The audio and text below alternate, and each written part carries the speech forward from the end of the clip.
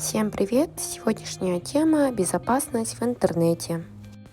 Ребята, если вы активные пользователи интернета, то вы должны знать, что интернет – это не только источник информации и возможность общаться на расстоянии, но еще и угроза компьютерной безопасности и безопасности в целом. Какие же риски существуют в интернете?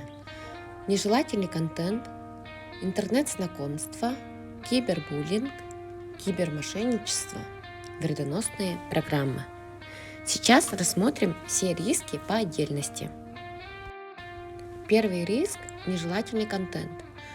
Нежелательный контент – это материалы, содержащие насилие, агрессию, эротику и порнографию, нецензурную лексику, информацию, разжигающую расовую ненависть, пропаганду анорексии и булимии, суицида, азартных игр, наркотических веществ и так далее. Как же избежать столкновения с нежелательным контентом?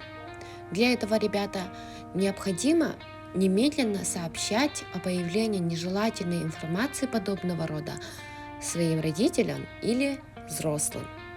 Также знайте, что не все, что вы прочитали или увидели в интернете, является правдой. Второй риск – интернет-знакомство, кибербуллинг. Общение в интернете может повлечь за собой коммуникационные риски, такие как незаконные контакты, киберпреследование, кибербуллинг. Рассмотрим кибербуллинг. Кибербуллинг – это преследование сообщениями, содержащими оскорбления, агрессию, запугивание, хулиганство, социальное бойкотирование с помощью различных интернет-сервисов. Основные правила поведения общения в сети. Нельзя делиться с виртуальными знакомыми персональной информацией. Если интернет-общение становится негативным, такое общение следует прервать и не возобновлять. Не встречайтесь с онлайн-знакомыми без разрешения родителей или в отсутствии взрослого человека. Общаться в интернете следует этично и корректно. Если кто-то начинает оскорблять вас в интернете, необходимо уйти с такого ресурса и поискать более удобную площадку. Если по электронной почте или другим электронным каналам кто-то направляет вам угрозы и оскорбления, лучше всего сменить электронные контакты, то есть завести новый email или Skype и так далее. Третий риск – кибермошенничество. Кибермошенничество – один из видов киберпреступления, целью которого является причинение материального или иного ущерба путем хищения личной информации пользователя. Как защитить себя от кибермошенничества?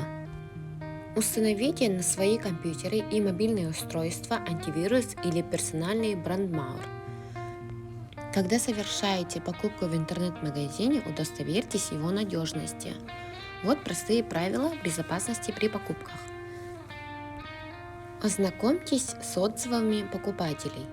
Проверьте реквизиты и название юридического лица владельца магазина.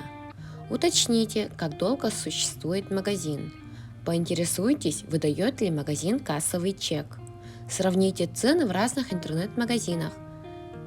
Позвоните в справочную магазина, выясните, сколько точно вам придется заплатить. Нельзя отправлять слишком много информации о себе при совершении интернет-покупок. И последний риск – вредоносные программы. Вредоносные программы – это вирусы. Они могут нанести вред компьютеру и хранящимся на нем данным. Они могут также снижать скорость обмена данными и даже использовать ваш компьютер для распространения вируса, рассылать от вашего имени спам с адреса электронной почты или профиля какой-либо социальной сети. Как не загружать на компьютер вредоносные программы? Установите на все компьютеры специальные почтовые фильтры и антивирусные программы. Используйте только лицензионные программы и данные, полученные из надежных источников. Чаще всего вирусами бывают заражены пиратские копии программ, особенно игр. Периодически старайтесь полностью проверять свои домашние компьютеры. Делайте резервную копию важных данных.